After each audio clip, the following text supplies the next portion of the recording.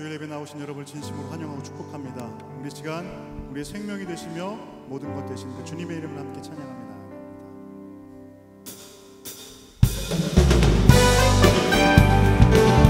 주님께서 우리의 기도를 들으시며 응답하시는 하나님이십니다. 놀라운 사랑과 은혜를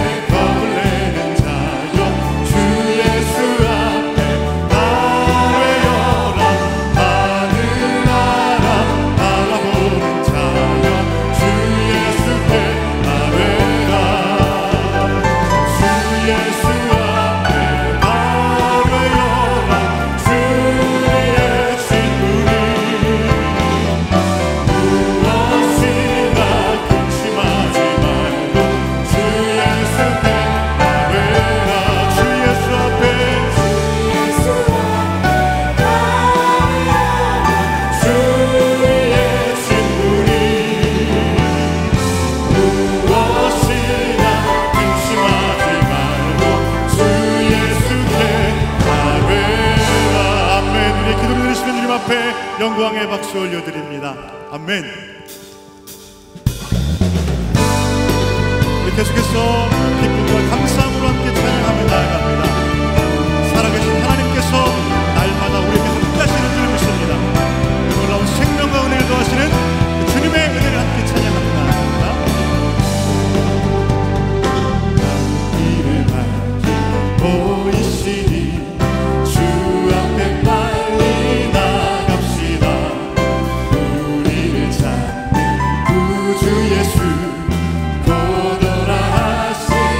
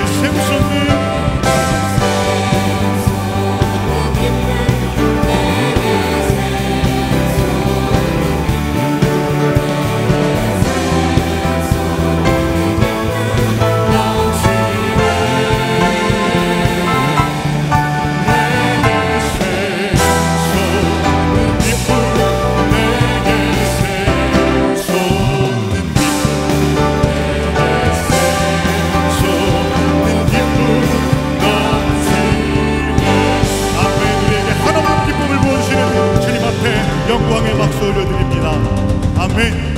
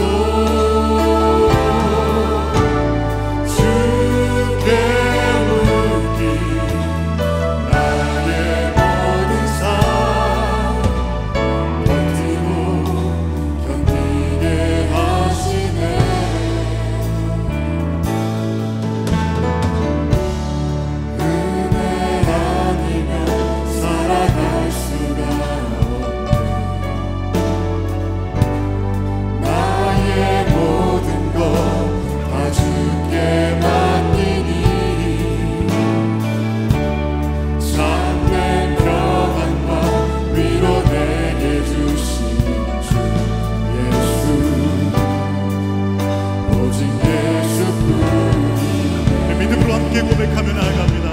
크신 계획, 크신 계획 가볼 수도 없고 작은 것 안에 지쳐도 주께 묻기 나의 모든 삶 버티고 견디게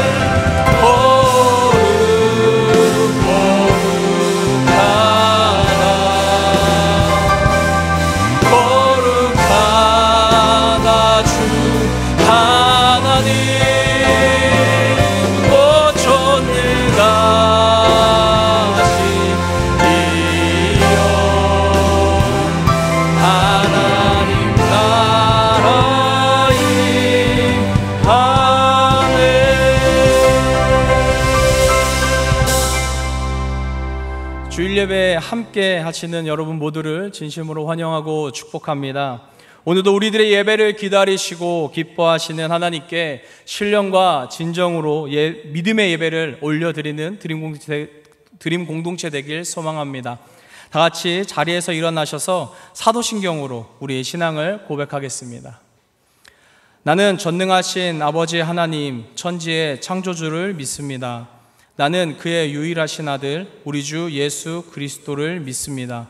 그는 성령으로 잉태되어 동정녀 마리아에게서 나시고 본디오 빌라도에게 고난을 받아 십자가에 못 박혀 죽으시고 장사된 지 사흘 만에 죽은 자 가운데서 다시 살아나셨으며 하늘에 오르시어 전능하신 아버지 하나님 우편에 앉아 계시다가 거기로부터 살아있는 자와 죽은 자를 심판하러 오십니다. 나는 성령을 믿으며 거룩한 공교회와 성도의 교제와 죄를 용서받는 것과 몸의 부활과 영생을 믿습니다. 아멘. 우리 이 시간 박수 치시면서 함께 찬양하시겠습니다.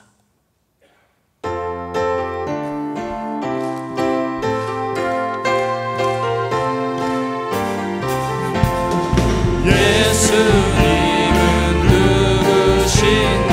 우는 자의 위로와 없는 자의 풍성이며 천한 자의 높음과 잡힌 자의 노임되고 우리 기쁨 되시네. 예수님은 누구신가? 약한 자의 가담과 눈먼 자의 빛이시며 병든 자의 고침과 죽은 자의 부활되고 우리 생명 되시네. 예수님은 누구신가? 주한 자의 정함과 죽을 자의 생명이며 죄인들의 중보와 멸망자의 구원되고 우리 평화 되시네. 예수님은 누구신가? 온 교회의 머리와 온 세상의 구주시며 모든 왕의 왕이요 심판하실 주님 되고 우리 영광 되시네. 주님과 함께하는 이 고요한 시간 주님의 보좌 앞에 내 마음을 쏟네. 모든 것 아시는 주님께 감출 것 없네. 내 맘과 정성 다해 주 바라나이다. 나 염려하잖아도 내 쓸 것 아시니 나 오직 주의 얼굴 구하게 하소서. 다 이해할 수 없을 때라도 감사하며 날마다 순종하며 주 따르오리라. 온 맘 다해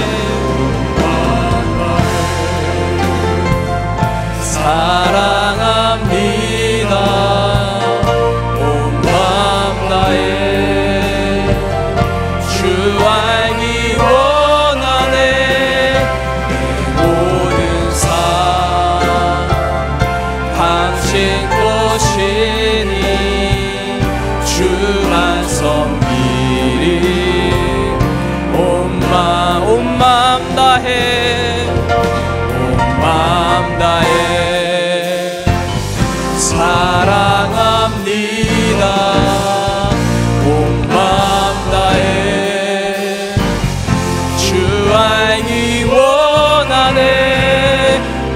모든 삶 당신 것이니 주만 섬기리 온 마음 우리 더 큰 목소리로 고백합니다. 온 마음 다해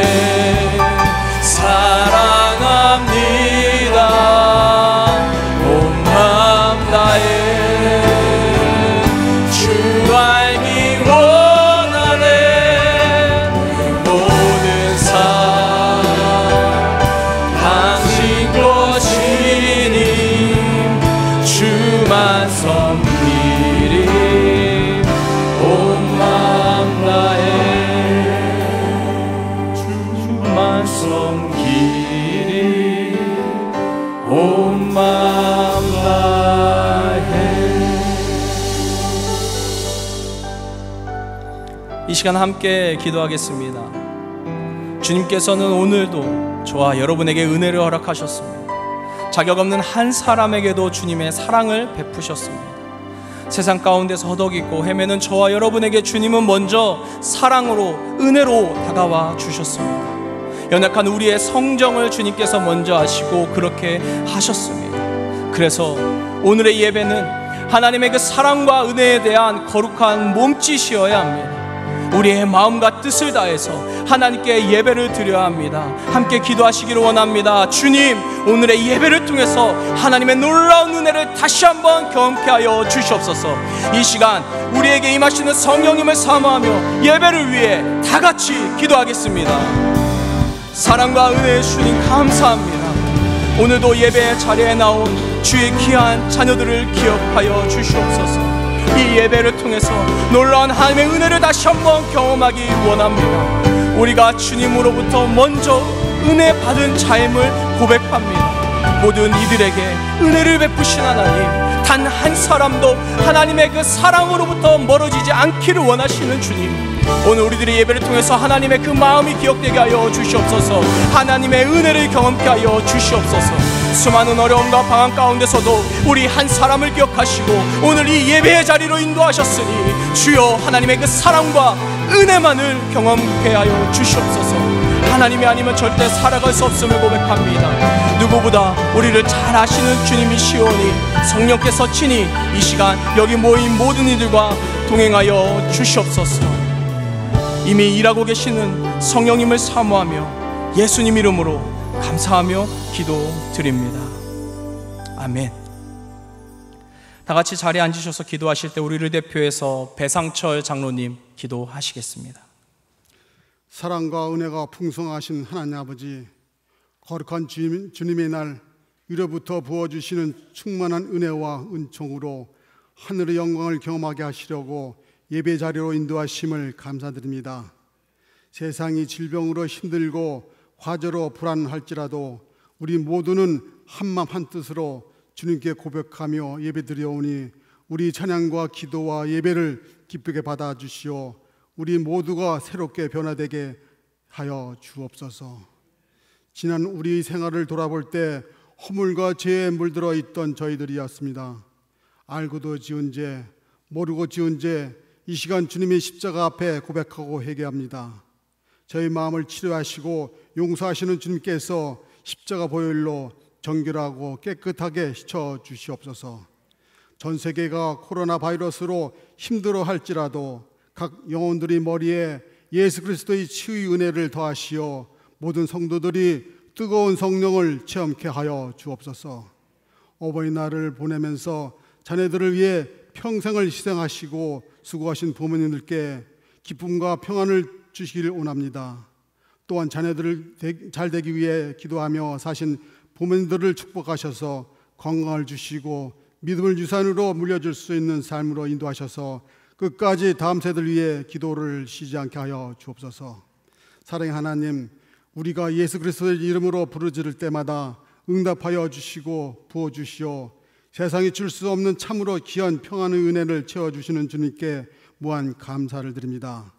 이 시대에 우리에게 필요한 것은 공동체가 하나 되는 기도와 서로를 향한 격려라고 생각합니다. 119 기도 캠페인을 통하여 이제는 무엇보다 우리 공동체가 공예배를 회복하게 하여 주옵소서. 선교사님들의 사역을 위하여, 다음 세대를 위하여, 병중에 있는 교우들을 위하여 하루 한 명을 진심으로 격려하고 하루 한 번 구시에 진심으로 기도하는 드림 공동체 한 분 한 분이 되시길 바라고 원합니다. 다음 주부터 모든 공예배를 회복하고자 계획하고 기도로 준비하고 있습니다. 담임 목사님과 교역자 그리고 모든 성도들이 기도와 소원을 주님께서 응답하여 주옵소서. 특별히 오늘도 단 위에 세우신 담임 목사님을 기억하시어 권능과 권세의 말씀을 충만케 하시고 위로부터 참된 은혜로 우리 마음을 열게 하여 주옵소서. 선포된 말씀마다 우리 생명의 말씀이 되게 하시고 하나님의 나라가 확장되는 역사가 있게 하여 주옵소서. 오늘도 예배를 위하여 헌신하시는 각 기관의 손길들을 기억하시어 은혜의 선물을 더하여 주시고 축복의 열매로 채워주시옵소서. 이 시간도 주님의 몸된 교회를 기억하시어 그리스도의 영광을 나타내게 하시며 어두운 세상에 빛과 소금의 소명을 다하게 하여 주옵소서. 이 모든 영광 주님 홀로 받으시오며 예수 그리스도의 이름으로 간절히 기도드립니다. 아멘.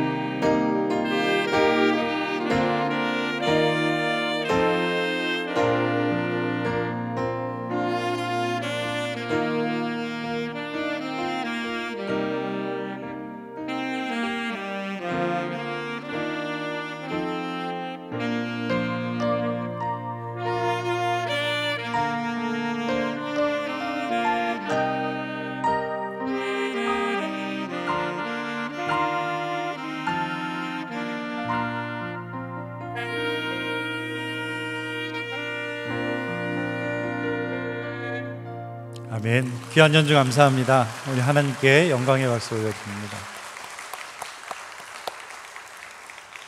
예, 코로나로 동굴에 들어가 있던 그 시간 동안 이 연습을 하셔서 저희에게 깜짝 연주를 해주신 두 분께 감사드리고요. 늘 하나님께 나아가는 그 시간까지 오늘 연주했던 그 가사처럼 우리 주님 바라보고 달려가는 그런 믿음의 경주 잘 해가는 그런 두 분 되시기를 바랍니다.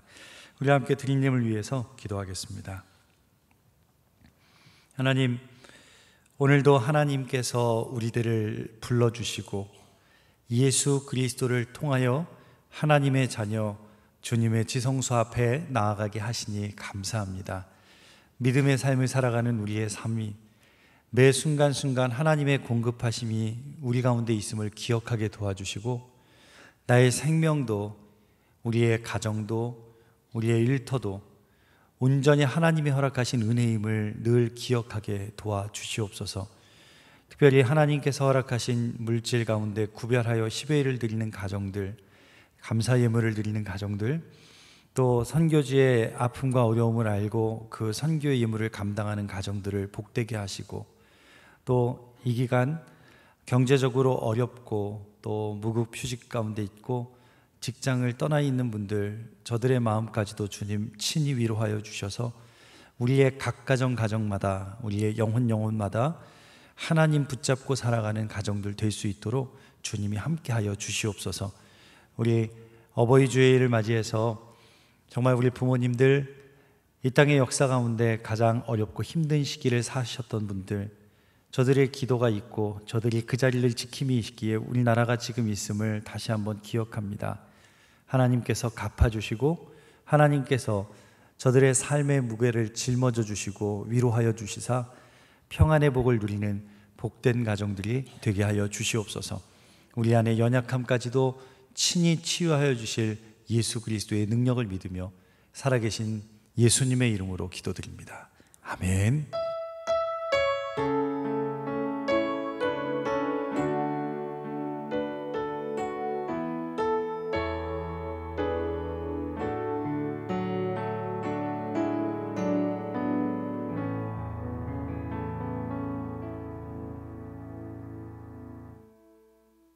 분들하고 인사할 텐데요. 우리 눈인사로,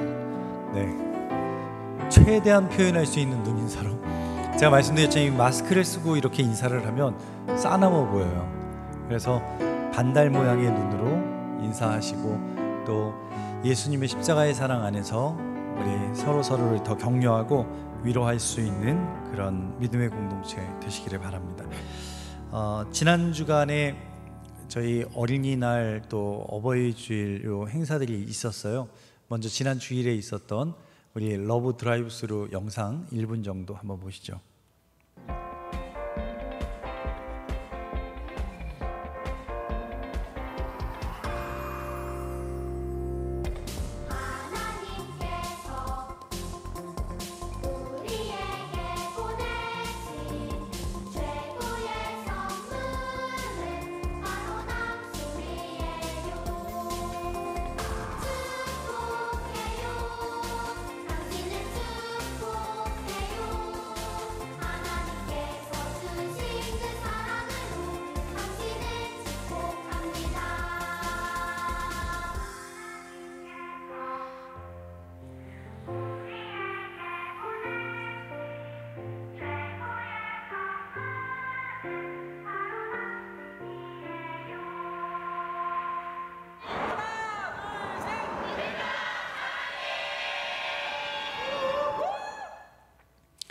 예, 수고해 주신 우리 교육목자 선생님 한 분 한 분께 감사의 말씀 드리고, 저도 이제 엄마들을 이제 잠깐 그 사이에 만나는데, 우리 아이들은 엄마들이 저를 보자마자 목사님 살려주세요 막 이러고 외치더라고요.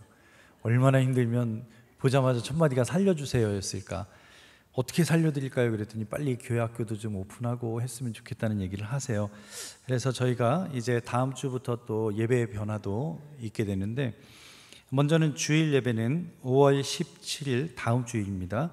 기존의 예배 시간으로 전환해서 8시, 10시, 12시, 2시 네 번에 걸쳐서 있게 되고요. 여러분 가운데 시간이 가능하시면 조금 더 인구 밀도가 적은 일부 예배 8시에 오시면 좋겠고, 또 여러분이 조금 아침을 빠르게 서두르실 수 있다면 또 인원 분산 차원에서 교회를 돕는 차원에서도 일부 예배에 참석을 하시면 좋겠어요. 또 다음 주일부터는 우리 새가족 등록과 또 지난 2월 셋째 주 이후에 멈춘 새가족 교육도 계속 진행이 돼요. 정말 죄송한 게 1월, 2월에 등록하신 새가족분들은 이건 목장도 방학이야, 뭐 중간에 이게 새가족 교육도 멈췄어. 근데 지금은 벌써 5월이라 새가족인지 헌가족인지도 모르겠어. 막 이런 상황인데 여러분 다시 새가족 교육도 오시고 또 같이 함께 이 믿음의 길 걸어갈 수 있도록 좋은 관계를 맺어가시면 좋겠습니다. 또 교회 학교는요, 영아부, 유아부, 유치부, 청소년부는 다음 주일부터, 또 인원 분산을 위해서 어린이부는 5월 24일부터 다시 시작을 하게 됩니다. 우리 부모님들 꼭 기억하셔서 참고하시고, 이제 다음 주에 저희가 1, 2, 3, 4부 예배당에서 모이는 예배 있기 때문에 온라인 실시간 예배 서비스는 제공하지 않습니다. 참고하시고 함께 예배를 다시 회복하고 세워가는 일에 여러분도 함께 동참해 주시고 기도해 주시면 감사하겠습니다. 119 캠페인 돌아오는 토요일까지 함께 합니다. 많이 지쳐있고 힘들어하고 또 눌려있는데 우리가 하루에 한 분 전심으로 격려해서 그리스도인 한 사람이 한 사람을 더 세워가는 그런 시간들이 됐으면 좋겠고, 또 하루에 한 번 9시에, 그게 오전 9시도 좋고 저녁 9시도 좋아요. 여러분이 그 시간에 짧게라도 1분이라도 한 타임 같은 시간 같은 공동체의 기도가 이루어지는 그러한 캠페인 동참해 주시기를 바랍니다. 오늘 12시 45분부터 모여서 저희 목장 세미나 시작하는데요. 지난 12월에 종강하고 나서 이제 6달, 5달 반 만에 처음 모여요. 목자분들 꼭 참석하셔서 코로나 시대를 돌파하는 소그룹 리더라는 제목의 오늘 강의 같이 나누셨으면 좋겠고요. 또 두드림 갤러리, 저희 비전홀에서 이루어지는 우리 묵상 전시회, 이번 주간에는 캘리그라피입니다. 한성욱 작가의 캘리그라피, 목요일부터 토요일까지. 또 특별히 우리 한성욱 작가님이 토요일 10시부터 2시까지 그 자리에 계시기로 했어요. 우리가 가끔 이렇게 작품을 보다 보면 이해가 안 될 때도 있고 또 명확하게 이렇게 뜻을 모를 때도 있는데 그때 물어보셔도 좋고요. 또 어떻게 이 작품이 탄생되게 되었는지를 작가에게 직접 들을 수 있는 시간도 가능합니다. 토요일 여러분 많이 참여하시고 연계해서 우리 목장 모임을 시작하기 전에 워밍업 그리고 러브 피크닉 신청하세요. 그래서 공연, 갤러리, 묵상 전시회도 참여하시고 또 목장 식구들과 함께 따뜻한 대화도 하시고 또 그 일을 돕기 위해서 러브 피크닉에 참여하는 목장, 미리 신청하신 목장은 저희 카페에서 아메리카노 쏩니다. 예, 꼭 같이 참여하시면 좋겠어요. 다음 센터에서는 놀면 뭐해 교회로 와 프로그램 이번 주에도 진행해요. 돌아오는 토요일에는 유치부와 어린이 저학년 함께 하게 되는데요. 선생님들께서 부모님들 연락드리거나 아이들에게 연락할 텐데 우리 각 부서 교육목자 분들께 신청해 주시고 또 좋은 시간 갖기를 바랍니다. 한 가지 더 광고 드리면 7번 광고인데요. 중요한 광고예요. 저희가 계속 출입할 때 비접촉 온도계로 온도 재고 방명록에 이름 쓰고 전화번호 쓰고 온도 쓰고 들어온 시간 쓰고 이 시간이 생각보다 많이 걸려서 이제 다음 주부터 기존의 예배로 전환할 때 아마도 딜레이가 걸릴 것 같아요. 그래서 저희가 안전도 포기할 수 없고 또 시간도 어떻게든 단축시켜야 돼서 안전하고 편리한 교회 출입을 위한 안면 인식 체온 측정기를 설치합니다. 그래서 여러분들이 하셔야 될 건 뭐냐면 여러분들이 여러분이라는 걸 인식할 수 있게 미리 안면 등록을 해 놓으시면 되세요. 정기적으로 교회를 출입하시는 모든 성도, 등록교인도 이거는 다시 하셔야 되는 거예요. 또 미등록 교인도 그런 분 계세요. 저희 생각보다 등록을 좀 천천히 할게요. 그런데 주일 예배는 늘 드리고 싶어요. 예, 그러신 분들도 사전 신청을 하시면 되세요. 또 타교회 다니시는 분들인데 사정 때문에 지금 본교회는 못 나가시고 저희 교회를 정기적으로 오시는 분도 등록하시면 출입 등록이기 때문에 가능하세요. 교인 등록과는 다르다는 거. 그 다음 오늘부터 23일 토요일까지 오전 10시부터 오후 5시까지 언제든지 로비로 오시면 또 예배 전후에도 등록이 가능하시고요. 등록하는 시간은 한 2분 정도면 충분히 가능하세요. 그럼 시스템이 어떻게 되냐면 다음 주부터 여러분께서 오시면 미리 사전에 안면인식 등록, 얼굴을 등록해 주시는 분들은 패스트트랙으로 따로 문을 들어오고요. 기계 앞에 서시면 0.2초 안에 여러분들을 인식해요. 그래서 등록된 교인이다 아니다. 그럼 교인은 파란불 들어오고요. 비교인은 빨간불 들어와서 그분들은 다시 저쪽으로 가지고 온도 체크 다시 하고 방명록 쓰시고, 그 다음 37도가 넘으면 빨간불이 들어와요. 그분들도 미리 등록을 하셨지만 저쪽으로 가서 다시 체온 체크하시고 다음 절차를 밟게 되세요. 녹색불 들어오셔서 미리 등록한 교인이고 또 온도가 36도면 바로 들어오실 수 있어 쓰시지 않으셔도 다 자동으로 입력이 되고 다 체크가 됩니다. 이 일을 위해서는 여러분이 한 장을 쓰셔야 돼요. 그게 뭐냐면 여러분의 사진과 개인정보 사용 동의해 주셔야 저희가 또 사용할 수 있고요. 이 사진은 다른 용도로는 전혀 쓰지 않아요. 뭐 교회 사무실로도 사진이 오지 않아요.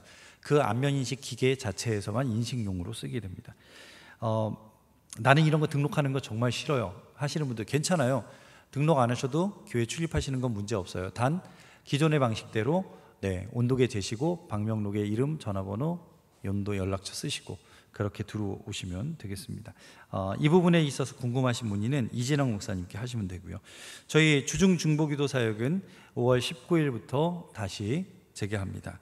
또 주일 차량 운행 다음 주일부터 재개하고요.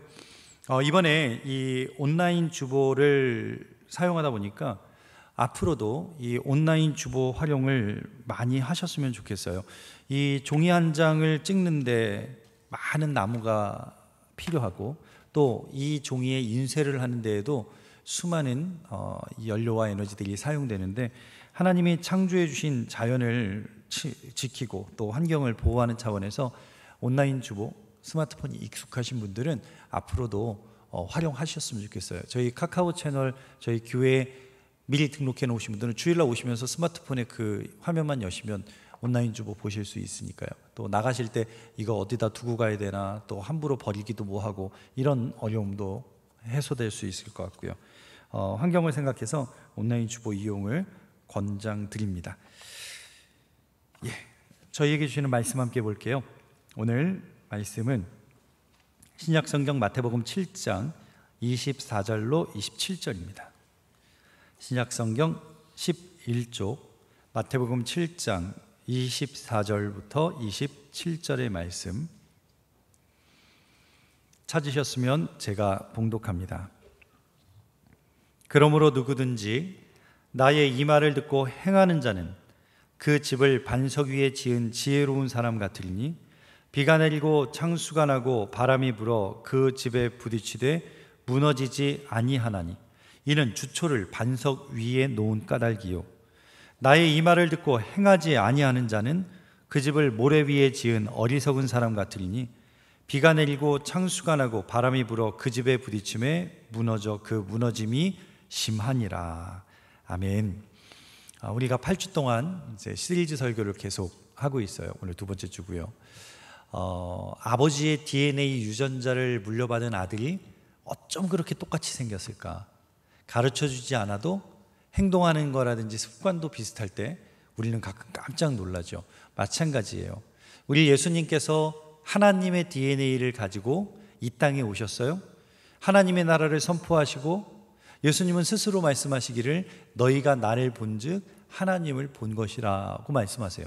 자, 그렇다면 우리는 그런 예수님의 DNA를 가져야 된다는 거죠. 그래서 제가 교재로 하나 선택한 책이 존 스튜어트 목사님의 내 삶의 주인이신 그리스도고, 그 책에 보면 챕터마다 영어의 8개 전치사를 가지고 예수님 중심의 삶을 설명을 해요. 그 그림이 저 그림이고요. 그래서 첫 번째는 through, 그리스도를 통해서, 그 다음 on, 그리스도 위에, 세 번째 in, 그리스도 안에, 네 번째 under, 그리스도 아래, 다섯 번째 with, 그리스도와 함께, 여섯 번째 unto, 그리스도를 향해서, 또 일곱 번째 for, 그리스도를 위해, 그리고 여덟 번째 like, 그리스도처럼 살아가는 그리스도인. 대한 이야기를 나누고 있어요. 근데 여러분, 저 그림에서 가운데에 그리스도 DNA 해서 8개의 전치사가 있는데, 그리스도가 빠져버린다면 우리는 어떤 삶을 살까요? 그리스도가 빠졌다면 우리는 어떤 인생을 살까요? 저기에 다른 것들이 들어가겠죠. 그리스도 자리가 비어있다면 우리는 다른 것들을 대체해요. 가령 예를 들면 이런 거죠. 돈을 통해서 우리는 모든 인생의 문제를 해결하려고 할 거죠. 우리는 내 자존심 위에 모든 것을 세워가 보려고 하고, 우리는 권력 아래, 권세 아래 놓여있기를 원하고, 연예인이나 셀럽, 그들을 닮고 싶은 마음으로 아마 가득 채워갈 거예요.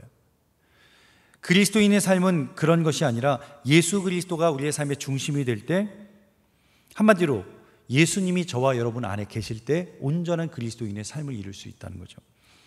예수님의 DNA로 사는 저와 여러분 되시기를 주님의 이름으로 축원합니다. 저와 여러분의 속사람이 예수님으로 가득 채워졌으면 좋겠어요. 오늘은 두 번째 시간, 온 크라이스트, 예수 그리스도 위에라는, 예수 그리스도 위에 서 있는 믿음에 대한 이야기를 하려고 해요. 그림 하나를 보시면 저 빌딩이 두바이에 있는 아직까지는 전 세계에서 가장 높은 빌딩 중에 하나입니다. 버즈 두바이라는, 아랍어로 버즈가 탑이고요. 굳이 해석하면 두바이의 탑이라고 붙여진 이름이죠. 높이가 829m예요. 그 높이도 대단하지만 또 하나 저기에 특색이 있는 그 기록이 하나가 뭐냐면, 시공사 중에 하나로 우리 한국의 삼성물산 건설 쪽에서 함께 참여를 했는데 3일마다 한 층씩 올렸다고 그러죠. 그래서 전설로 남아있는 그런 건물이기도 합니다. 건물이 높이 올라갈 수 있는 건 안정성이 기초가 되지 않으면 불가능하죠. 저 건물이 아무리 예술성이 높고 새로운 건축 공법이 적용됐다 할지라도 안정성이 없으면 그 건물은 곧 재앙으로 바뀔 거예요. 지진이 한 번만 와도 무너지는 건 당연하겠죠. 우리도 마찬가지죠. 우리 인생에도 흔들릴 때가 와요. 어느 인생도 흔들리지 않는 인생 없어요. 그때 안정성, 영어로 스터빌리티라는데, 이 충격이나 흔들림이 없는 게 아니고요. 흔들림이나 충격이 오지만 그러나 원래의 상태를 유지하고 다시 빨리 복원되는 것을 안정성이라고 말을 해요. 예를 들면 오뚜기가 있는데 오뚜기를 밀면 오뚜기가 넘어졌다가 다시 일어나죠. 중심이 제일 가운데 자리 잡고 있기 때문에. 배가 옆에서 파도가 치면 그 파도를 맞을 때 잠시 기울지만 배에는 복원력이 있어서 다시 바로 서죠. 그걸 스터빌리티, 안정성이라고 표현을 해요. 자, 그러면 어떤 인생이 안정성이 있느냐 없느냐를 말할 때, 세상에서는 흔히 그 사람이 어떤 지위에 있느냐를 가지고, 그 사람이 연봉이 얼마나 오르느냐를 가지고 판단하지만 그것이 안정성을 보장하지 않아요. 하루아침에 그 직장을 그만둬야 될 수도 있고, 하루아침에 내가 가진 모든 것을 잃는 경우를 우리는 너무 흔하게 봐요. 자, 건물의 안정성이 그 기초에 달려있듯이 그 사람은 어디에 기초를 두고 있느냐가 사실 그 사람의 안정성을 결정하는 거예요. 그러니까 예수를 믿고 산다는 건 예수님을 내 인생의 기초로 삼는 거고요. 예수님을 내 기초로 삼았다는 건 그분을 온전하게 믿고 살아간다는 그림이에요. 여기서 온전하다는 건 불순물이 없어야죠. 여기에는 100%의 신뢰와 100%의 의지와 100%의 믿음이 있어야 되는 거예요.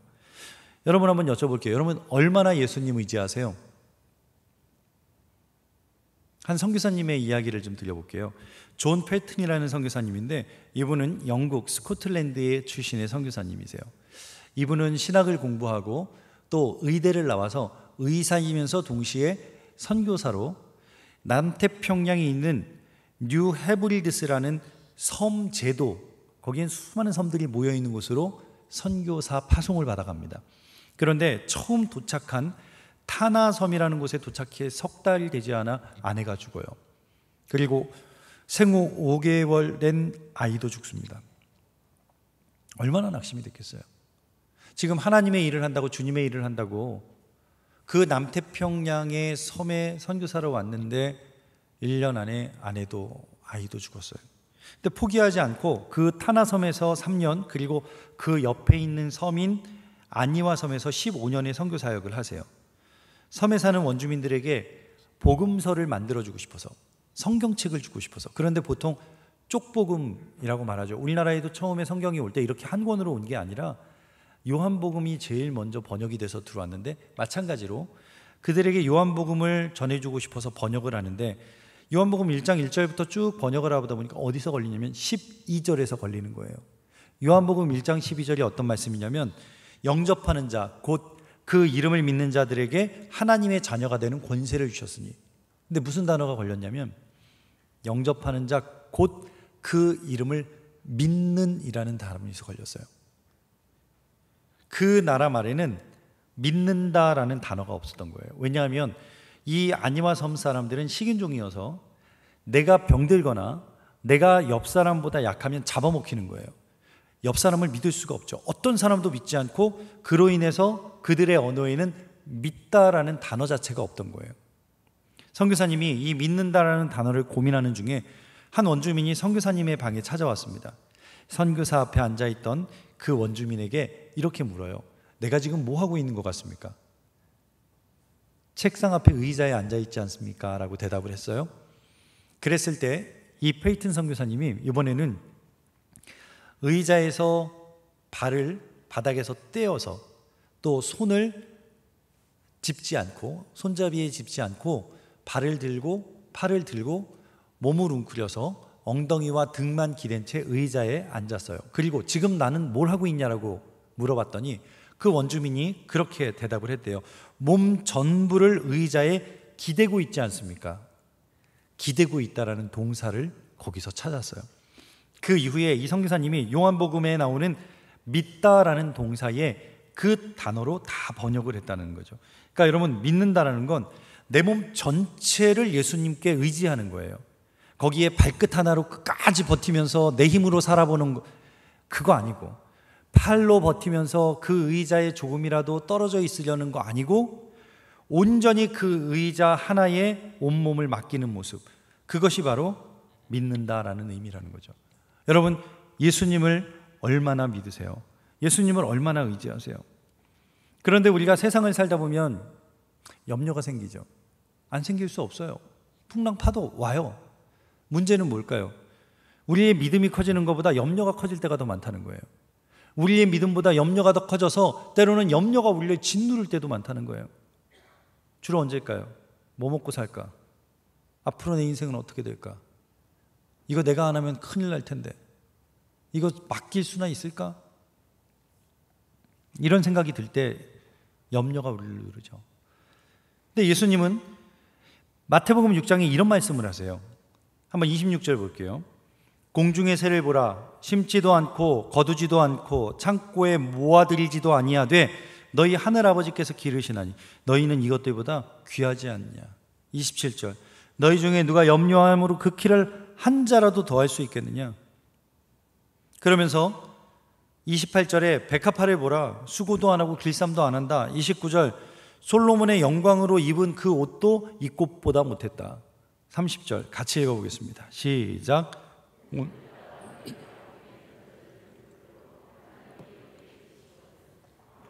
너희일까 보냐? 믿음이 작은 자들아.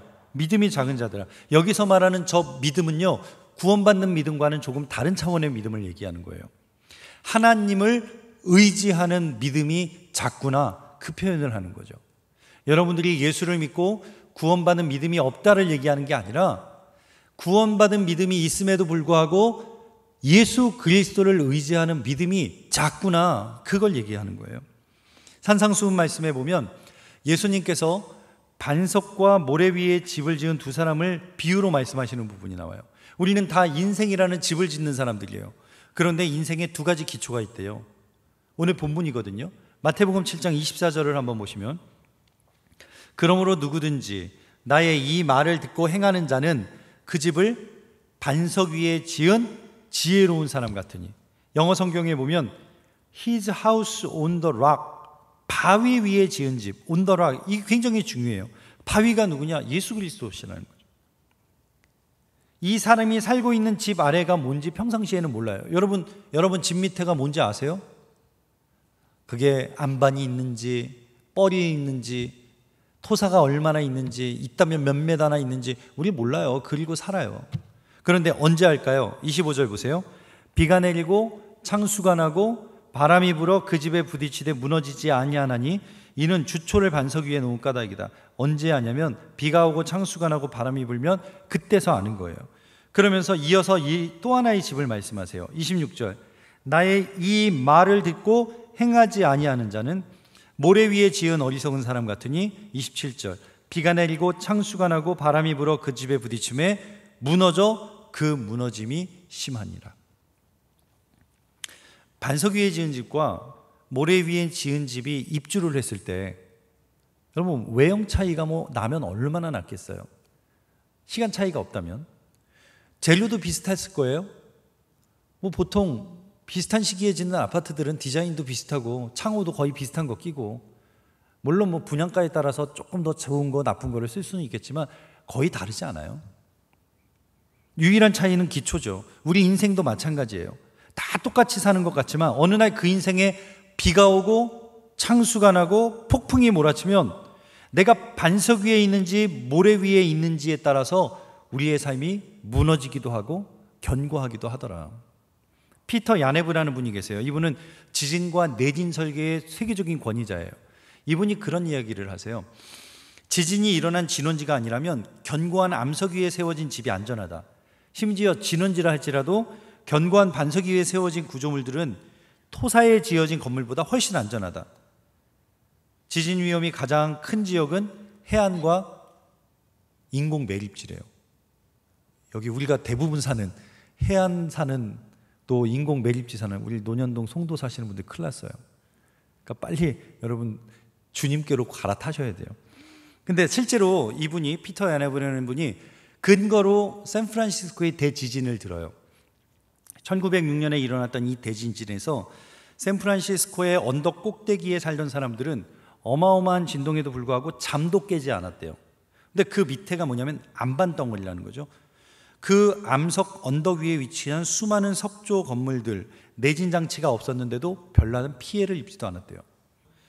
그런데 반대로 샌프란시스코 해안가 매립지에 위에 지어진 그 집들, 또 샌프란시스코 단층지대에 지어진 집들은 자다가 침대에서 튀어나와서 떨어진 사람도 있고요, 60초 이상 흔들리는 그 지진 속에서 일어서지도 못했고, 평지에 서 있던 건물들은 다 거의 붕괴가 돼버렸어요. 평상시에 오히려 안전하다고 생각했던 평지, 오히려 편안하다고 생각했던 곳이 무너져 버린 거죠. 비가 오고 창수가 나고 폭풍이 오면 어떤 사람은 무너지는데 어떤 사람은 흔들리지 않아요. 그 차이보다 기초다.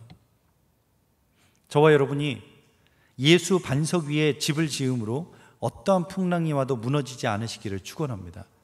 우리가 잘 아는 찬송가 중에 488장 이 몸의 소망 무언가 우리 주 예수뿐일세, 우리 주 예수밖에는 믿으려 하주 없도다. 이 찬송가 여러분 아시죠? 저 후렴을 보시면 굳건한 반석이시니 그 위에 내가 서리라, 그 위에 내가 서리라. 굳건한 반석이, 이 찬송가가 1834년에 영국의 한 목사님이 지으신 곡인데, 영국에서 지었으니까 원문은 영어겠죠. 그 원문 찬송가의 가사를 보면 후렴에 이런 가사가 나와요. On Christ the solid rock I stand. 단단한 반석 그 예수님 위에 내가 섭니다. 여기까지는 우리나라 찬송가 가사와 똑같죠. 그런데 그 뒤에 우리나라 가사에는 없는 그 위에 내가 서리라, 그 위에 내가 서리라의 가사에 다른 가사가 들어있더라고요. 그게 뭐냐? All other ground. 이 반석이신 예수 외에 그 어떤 땅도 sinking sand, 모래에 빠져드는, 모래처럼 무너져버리는 땅이다라고 얘기를 해요. 예수 외의 모든 것은 모래에 무너져버리는 허상뿐이다.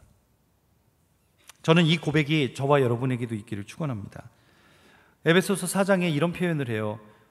이는 우리가 이제부터 어린아이가 되지 않고 사람의 속임수와 간사한 유혹에 빠져 온갖 교훈의 풍조에 밀려 요동하지 않게 하려 함이라. 이 말은 영적 어린아이는 세상의 풍조에 흔들리고 사람들의 속임수와 간사한 유혹에 빠진다라는 말이죠. 반대로 그리스도를 의지하며 견고히 서 있는 사람은 흔들리지 않아요. 갈릴리 바다에서 풍랑을 만난 제자들의 이야기 여러분 아시죠? 예수님과 같이 마가복음 4장에 보면 제자들이 바다를 건너는데, 갈릴리 호수를 건너는데 풍랑을 만나요. 제자들이 죽게 되었어요. 그래서 어떻게 해요? 배에 막 물이 들어오니까 예수님을 깨우죠. 그러면서 예수님께, 선생님, 우리가 죽게 된 것을 왜 보지 않으십니까? 예수님께서 일어나셔 바람을 꾸짖고 바다더러 잠잠하라 명령하시니, 성경에 뭐라고 나오냐면 바람이 그치고 잔잔하여지더라. 그때 예수님께서 마가복음 4장 40절에 제자들에게 이런 말씀을 하세요. 함께 읽어보겠습니다. 시작. 이에 제자들에게 이르시되 어찌하여 이렇게 무서워하느냐? 너희가 어찌 믿음이 없느냐? 여러분, 우리가 인생의 풍랑을 만나면 내가 누구를 의지하고 있는지가 아주 명확해져요. 내가 뭘 붙드는지를 분명히 알 수 있어요. 우리가 예수 그리스도를 붙잡기를 원합니다.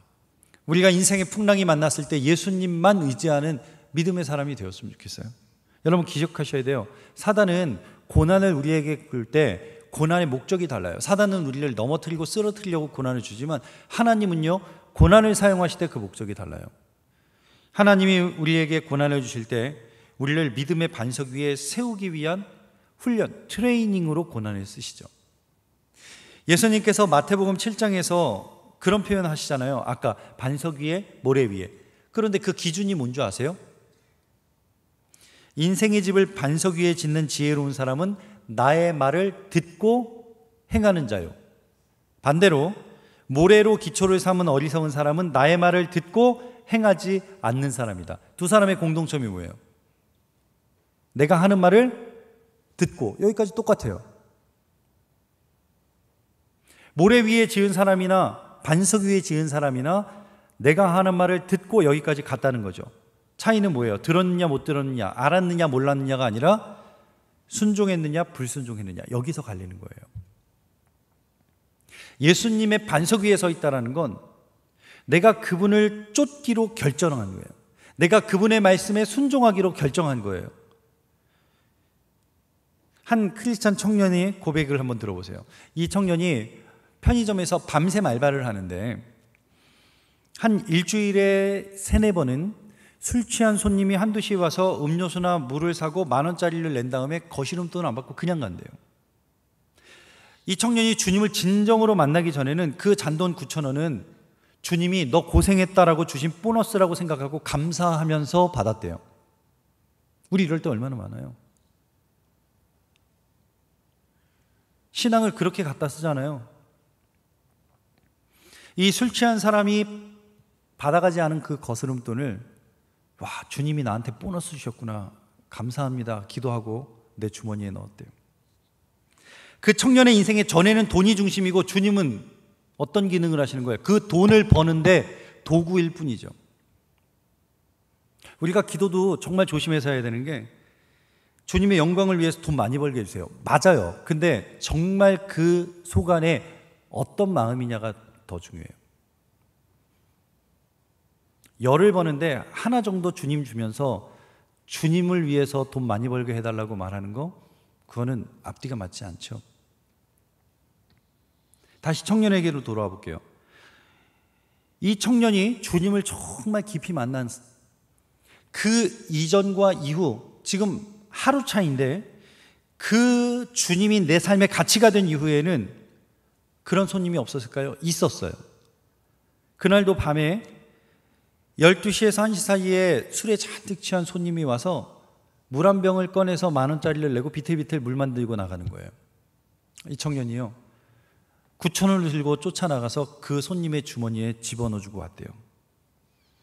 늘 밤에 근무할 때 어떤 일이 일어날지 몰라 가슴이 뛰고 두려웠는데 그날 밤은 주님이 그 편의점에 꽉 차 계신 것처럼 느껴져서 두려움이 없어졌대요. 이 청년의 그 전과 후는 뭐가 다를까요? 그 인생의 주인이 누구시냐? 예수님의 말씀을 늘 듣고 교회 다니고 기독교인이라는 종교인으로 살아갔는데 내가 하나님의 말씀을 그 말씀 그대로 순종하며 살았느냐 살지 못했느냐의 문제라는 거잖아요.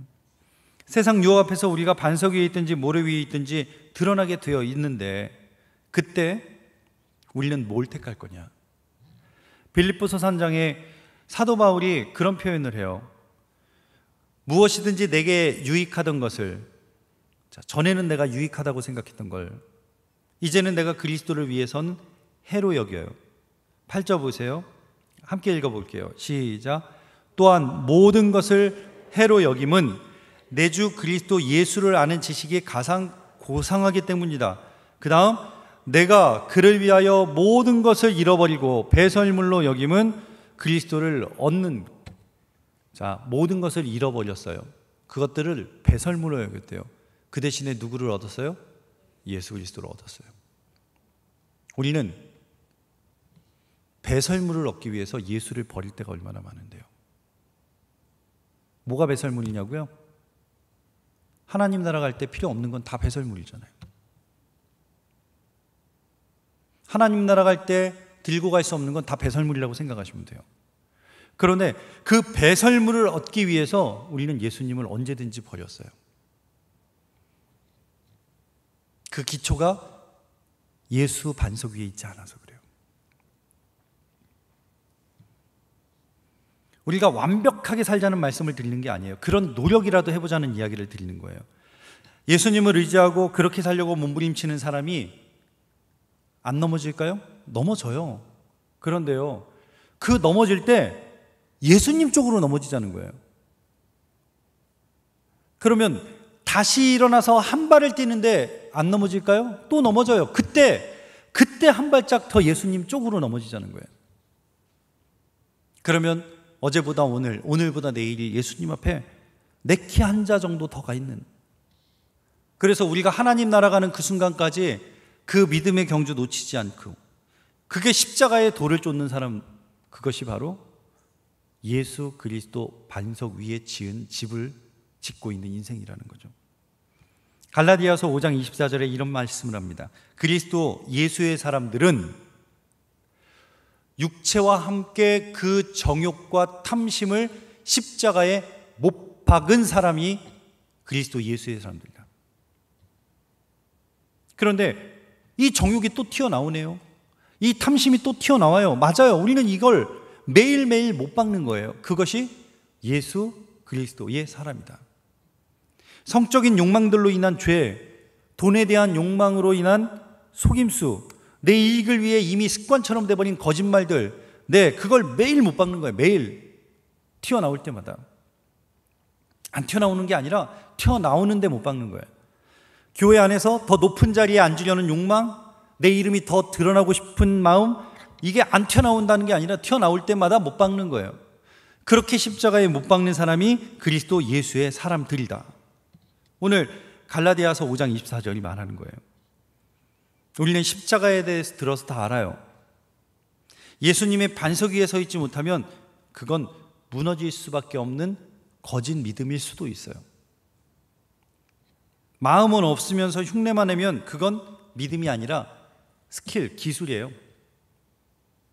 진정한 장인들 보세요. 그들은 스킬을 연마하지 않아요. 그 한 길을 위해서 몇십 년, 수십 번, 수만 번의 시행착오를 겪어서 그 원천적인 기술을 얻어요. 거기에는 잔머리, 거기에는 다른 사람 거를 이런 거 없어요. 여러분, 신앙생활의 기술자가 되지 마시고 여러분 신앙생활의 장인이 되셨으면 좋겠어요. 때로는 걷고 때로는 넘어지고 잘하면서 뛰기도 하는 게 아니에요. 여러분, 방향만 맞으면 된다는 거예요. 늘 넘어져도 방향은 맞추자. 그래서 또 일어나서 예수님 바라보고 또 예수님 바라보고, 불완전한 우리들이 구원의 은혜에 매일매일 감사하면서 주님께로 향하는 것, 오늘 반석 되신 예수님 위해서 그 길을 포기하지 않고 끝까지 걸어가는 저와 여러분 되시기를 주님의 이름으로 간절히 축원합니다. 우리 함께 자리에서 일어나셔서 찬양하죠. 내가 주인 삼은 모든 것 내려놓고, 우리 함께 이 찬양 부르시고 오늘 주신 말씀 마음에 다시 한번 새기면서 기도할게요.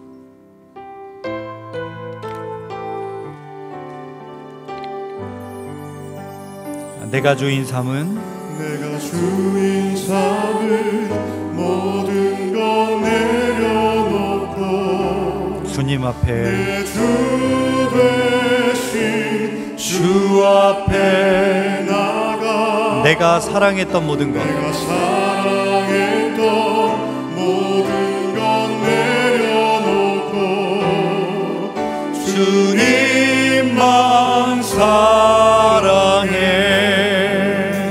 다시 한번 내가 주인 삼을 모든 것 십자가 앞에 내려놓습니다. 내 주 되신 주 앞에 나가 내가 사랑했던 모든 것 내려놓고 주님만 사랑해. 주 사랑 거친 풍랑에도 기쁜 바다처럼 나를 잠잠케 해. 주 사랑 내 영혼의 반석 그 사랑 위에 서리. 내가 주인 삼은 모든 것 내려놓고 내 주 되신 주님 앞에 내 삶을 고정하고 내가 사랑했던 모든 것 내려놓고 주님만 사랑해. 주 사랑 거친 풍랑 가운데에서도 캄캄한 어두움 가운데서도 우리를 붙잡아 주시는 그 주님 바라보게 하여 주시옵소서. 주 사랑 내 영혼의 반석 그 사랑 위에 서리. 주 사랑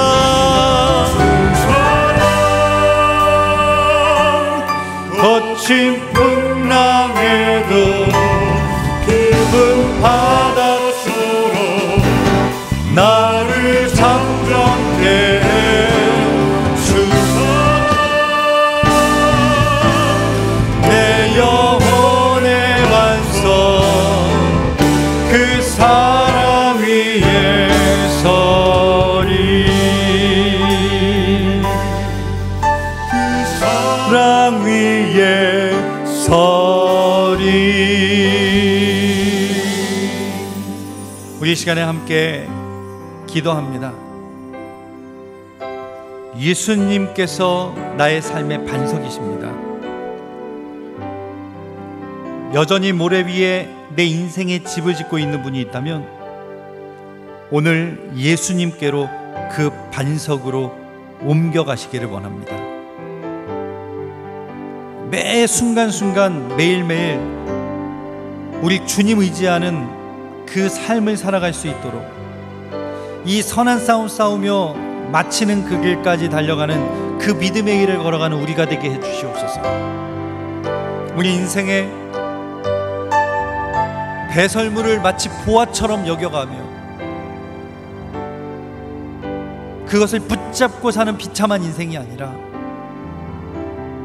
다른 모든 것을 배설물로 여기고 하나님 나라를 소유하는 믿음을 우리에게 주시옵소서.